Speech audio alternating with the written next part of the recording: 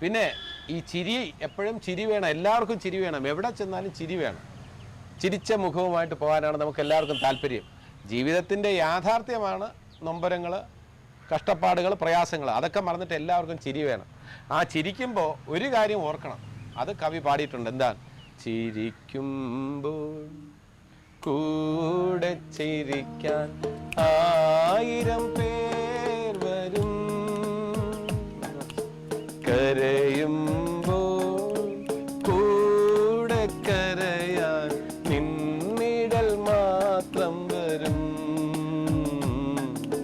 നിന്നിഴൽ മാത്രം വരും.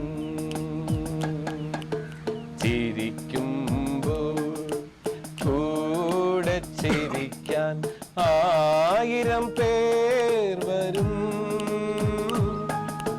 കരയുമ്പോൾ കൂടെ കരയാൻ നിന്നിഴൽ മാത്രം വരും, നിന്നിഴൽ മാത്രം വരും. ഇത് സത്യമാണോ? സത്യസന്ധമായ കാര്യമാണ്. പാട്ടിൽ വളരെ സത്യസന്ധമായ കാര്യമാണ്. ആണോ? കൂടെ ചിരിക്കാൻ ഒരുപാട് പേര് കാണും. ഈ ദുഃഖത്തിന്റെ സമയത്ത്, കഷ്ടപ്പാടിന്റെ സമയത്ത് ഡിക്രൂസിനൊന്നും ഫ്രണ്ട്സ് ഒന്നും ഇല്ല, എല്ലാവരും തഴഞ്ഞിട്ട് പോവാണോ പതിവ്? കുറെ കൂട്ടർ പുറമെ കുത്തുന്ന ആൾക്കാരുണ്ട്, സഹായിക്കുന്ന ആൾക്കാരുണ്ട്, അങ്ങനെ പറയാൻ പറ്റില്ല. എന്നാലും കൂടുതലും പുറമെ കുത്തിയിട്ട് പോകുന്ന കുറെ ആൾക്കാരൊക്കെ ഉണ്ടാവും. കാതന്റെ അഭിപ്രായത്തില്? കാതന്റെ അഭിപ്രായമല്ല, മൊയ്തീൻ്റെ അഭിപ്രായത്തിൽ ചിരിക്കുമ്പോൾ കൂടെ ചിരിക്കാൻ 1000 പേര് വരുമെന്ന് സാറ് ഇങ്ങനെ പാട്ടിലൂടെ പറഞ്ഞപ്പോൾ മൊയ്തീൻ ഇവിടെ നിന്ന് ആലോചിക്കുകയാണ്, ഇനി 1000 ജൂനിയർ ആർട്ടിസ്റ്റുകൾ ഇവിടെ വെപ്പിക്കും. ഇതിന്റെ വിഷ്വലൈസ് ചെയ്യുന്ന പെട്ടെന്ന് മനസ്സിൽ കണ്ടില്ലേ? സാർ ഒരു ഡൗട്ട് വെച്ചോട്ടെ സാറേ, ഞാൻ ഡയറക്ടർ ഡിക്രൂസ് എന്നെ പക്ഷേ എല്ലാ ജനങ്ങൾക്കും അറിയണമെന്നില്ല, കാതരൻ സ്ക്രിപ്റ്റ് എല്ലാവർക്കും അറിയണമെന്നില്ല. സാർ ആക്ടർ എന്നുള്ള നിലയിൽ സാറിനൊക്കെ എല്ലാവർക്കും അറിയാമല്ലോ. അപ്പോൾ ഒരു ഉദാഹരണത്തിന് മരണ വീട്ടിലൊക്കെ പോയി കഴിഞ്ഞാൽ ജനങ്ങളുടെയൊക്കെ പ്രതികരണം നമുക്ക് ചിലപ്പോൾ നമുക്ക് സഹിക്കാൻ പറ്റത്തില്ല, അല്ലേ സാറേ? അല്ല, അത് ശരിയാണ്. ഒരു സിനിമാ നടൻ ചെല്ലുമ്പോൾ ഏത് സെറ്റിൽ ചെന്നിരുന്നാലും, മരണ വീടാണെങ്കിലും ഇപ്പോൾ അവിടെ ഒരു ബഹളവും ഈ ദുഃഖത്തിൻ്റെ അന്തരീക്ഷം വിട്ടിട്ട് ആൾക്കാർക്ക് ഈ നടനെ കാണാനുള്ള അല്ലെങ്കിൽ നടിയെ കാണാനുള്ള ആഗ്രഹം വരും. അത് സ്വാഭാവികമാണ്. അതിൻ്റെ പേരിൽ കൈവീശി കാണിക്കുക, ചിരിച്ചുകൊണ്ട് തന്നെ കമൻറ്റുകൾ പാസ്സാക്കുക, അതൊക്കെ ഒരു പരിധിവരെ അത് ഒരു സത്യമാണ്.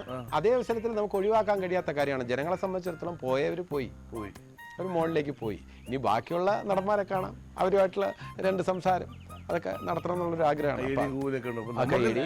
അല്ല, അത് അംഗീകരിക്കാൻ പറ്റാവുന്നതാണ്. എന്നാലും സംസ്കാരമില്ലാത്ത വേറൊരു ഭാഗം എന്ന് പറഞ്ഞു കഴിഞ്ഞാൽ ഈ മരിച്ചവരുമായിട്ട് ചേർന്നിരുന്ന് പിന്നെ ഒരു സെൽഫി എന്നൊരു സമ്പ്രദായമുണ്ട്. അതിനോട് സാർ അങ്ങനെ യോജിക്കുന്നുണ്ടോ? അല്ല, അത് തീർച്ചയായിട്ടും. ഇപ്പം സെൽഫി എന്ന് പറയുന്നത് ഇപ്പോൾ ഒരു ജ്വരമായിട്ട് പടർന്നിരിക്കുകയാണ്. എവിടെ ചെന്നാലും ഇവിടെ പ്രധാനമന്ത്രിയുടെ കൂടെ സെൽഫി എടുത്ത് എത്ര പേര് അല്ലേ? അപ്പം അതിന് വരെ പ്രധാനമന്ത്രി വരെ അലോ ചെയ്യുന്നു. അപ്പോൾ മരണപ്പെട്ട ഡെഡ് ബോഡിയോട് ചേർന്നിരുന്ന വിഷമിക്കുന്ന സമയത്ത് ഡെഡ് ബോഡി ഇവിടെ കിടക്കുമ്പോൾ അങ്ങനെ എടുക്കുന്നതിനോട് കുറിച്ചുണ്ടാകും. അല്ല, ഞാൻ പറഞ്ഞില്ല, കാലത്തിന്റെ മാറ്റമാണ്. സെൽഫി എന്ന് പറയുന്ന ഇന്നത്തെ ഒരു ഏറ്റവും വലിയ ലേറ്റസ്റ്റ് ആയിട്ടുള്ള സംവിധാനമാണ്. ആ സെൽഫി എടുക്കാൻ ആഗ്രഹം പ്രകടിപ്പിക്കുന്നത് നമുക്ക് അല്ലാതെ ഒരു ഫോട്ടോ എടുക്കാന്ന് പറഞ്ഞാലും വേണ്ട ചേട്ടാ, സെൽഫി മതി. അല്ല, കാരണം പിന്നെ ഒരു കാര്യം ഓർത്ത് കഴിഞ്ഞാൽ അതിനോട് യോജിക്കാൻ പറ്റത്തുള്ളൂ. ഇപ്പം മരിച്ചവരെ കൂടെ നിന്ന് എടുക്കുന്നതിനകത്തൊരു കാര്യം എന്ന് പറഞ്ഞാൽ ഇനിയിപ്പോൾ ലാസ്റ്റ് ചാൻസ് അല്ലേ, പിന്നെ വേറെ ഇല്ലല്ലോ, അതായിരിക്കില്ലേ അവസാനമായിട്ട് എടുക്കുന്നത്. ഇത് കഴിഞ്ഞാൽ പോയല്ലോ, അതുകൊണ്ടായിരിക്കും ചിലപ്പോൾ അങ്ങനെ ഒരു പ്രവണത അല്ലേ? അല്ല, അതുകൊണ്ടല്ലേ വടക്കൻ സെൽഫി, ഒരു വടക്കൻ സെൽഫി സിനിമ വരെ വന്നില്ലേ? അതിന് മാത്രമല്ല, അതിനകത്ത് ആ ജനറേഷൻ അനുസരിച്ചുള്ള ഇന്നത്തെ ജനറേഷന്റെ കാര്യങ്ങളാണ് അതിനകത്ത് മുഴുവൻ സംസാരിച്ചിട്ടുള്ളത്. എന്നെ തല്ലേണ്ട മാമ ഞാൻ അല്ലേ? എന്നെ തല്ലേണ്ട മാമ ഞാൻ നന്നവൂല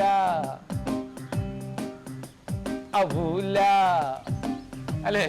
എന്നെ തല്ലിയിട്ട് കാര്യമില്ല. പണ്ട് പറഞ്ഞ് എന്നെ എത്ര തല്ലിയാലും ഞാൻ നന്നാവില്ല. അതൊരു പാട്ടിന്റെ രൂപത്തിൽ യോയോ സ്റ്റൈലിലല്ലേ അവതരിപ്പിച്ചിരുന്നത്. ജനം കൈയടിച്ച് തിയേറ്ററിൽ.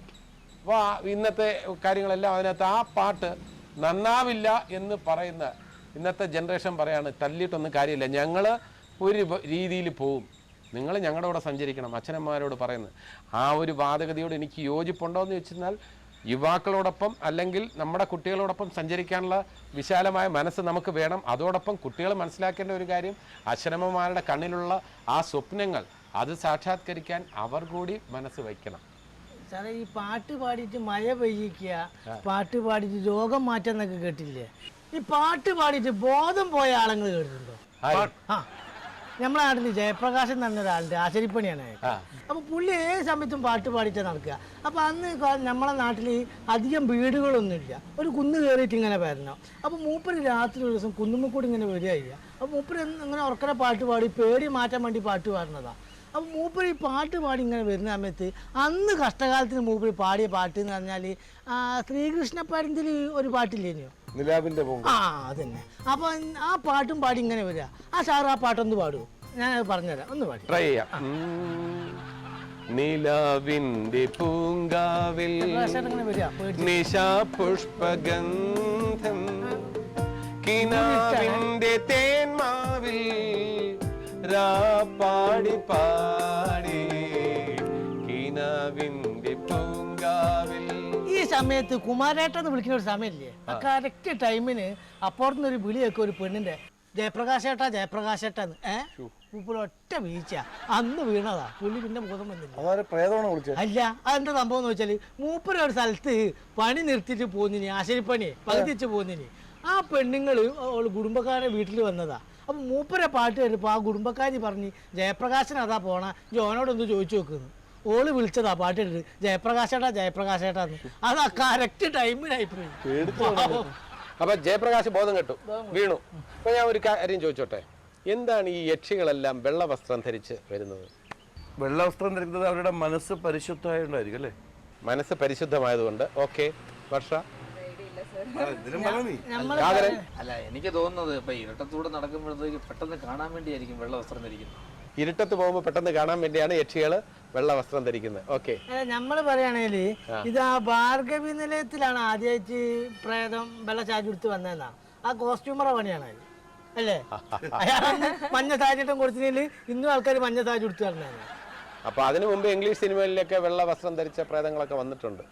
അപ്പൊ എന്താണ് എന്നുള്ളതിന് പെട്ടെന്നുള്ള മറുപടി എനിക്ക് പറയാനുള്ളത്, കാരണം ഈ വെള്ള വസ്ത്രം ധരിച്ചാണ് ഈ എന്താ പറയാ അവരുടെ നമ്മുടെ ദഹിപ്പിക്കുന്നത് അല്ലെങ്കിൽ ശവം അടക്കുന്നത്, ക്രിമേഷൻ നടത്തുന്നത് അവരുടെ ആ ഒരു വെള്ള വസ്ത്രം ധരിച്ച് തന്നെ. ആ വസ്ത്രത്തിൽ തന്നെയാണ് പ്രേതങ്ങളും വരുന്നത്. അത് ശരിയാണ്. ഈ ഏത് മതത്തിൽപ്പെട്ടവരാണേലും മരിച്ചു കഴിഞ്ഞാൽ വെള്ള ഡ്രസ്സാണ് ഇടുക, വെള്ളയാണ്. അത് ശരിയാണ്. അത് നോട്ട് ചെയ്തു. അപ്പൊ അതേപോലുള്ള കാര്യങ്ങളൊക്കെ യക്ഷികളുണ്ടല്ലോ, ഈ സാരി ഉടുക്കാൻ എന്താ കാരണം? ഒരു ചുരിദാർ അങ്ങനത്തെ കൊടുത്തൂടെ? അത് വേറെ കേസുണ്ട്. ചിലപ്പോ ഈ ചുരിദാർ അങ്ങനെ ഇട്ട് കഴിഞ്ഞാൽ ചിലപ്പോൾ പെട്ടെന്ന് പനയെ കയറാനൊക്കെ ബുദ്ധിമുട്ടായിരിക്കും. സാരി ആവുമ്പോൾ പൊക്കി ഇങ്ങനെ പിടിച്ചിട്ട് കയറാൻ. നേരെ തിരിച്ചാണ്, യക്ഷികൾക്ക് പന കയറാൻ എളുപ്പം ചുരിദാറാണ്. എങ്കിലും ഇങ്ങനെ പിടിച്ചിട്ട് സാരിയൊക്കെ ഇങ്ങനെ പിടിച്ചിട്ട് സാരി എങ്ങനെ വലിയ പ്രോബ്ലം ആണെന്നാണ് എനിക്ക് തോന്നുന്നത്. സാരി അല്ലേ, എന്താ പറയുക, വർഷം എന്താ പറയുക പനയിൽ കയറാൻ? ചുരിദാർ ഇട്ടേനെ കുറച്ചുകൂടി ഈസി ആയിരിക്കും പനയെ കയറാൻ. ആണാ ജി പനയെ കയറുമ്പോ ഏത് ഡ്രസ്സാടല്? മൊയ്തീനെ. അപ്പോൾ യക്ഷികളുടെ ഡ്രസ്സ് എന്ത് വേണോ ആയിക്കോട്ടെ, അവർക്ക് ചുരിദാർ ധരിക്കാം, അവർക്ക് സാരി ധരിക്കാം. അവരെ മരിച്ചാലെങ്കിലും അവരെ വെറുതെ വിടുക. നമുക്ക് വീണ്ടും ഈ കാര്യങ്ങളൊക്കെ ചർച്ച ചെയ്യാം. നോട്ട് ചെയ്തോളൂ. ഓക്കെ.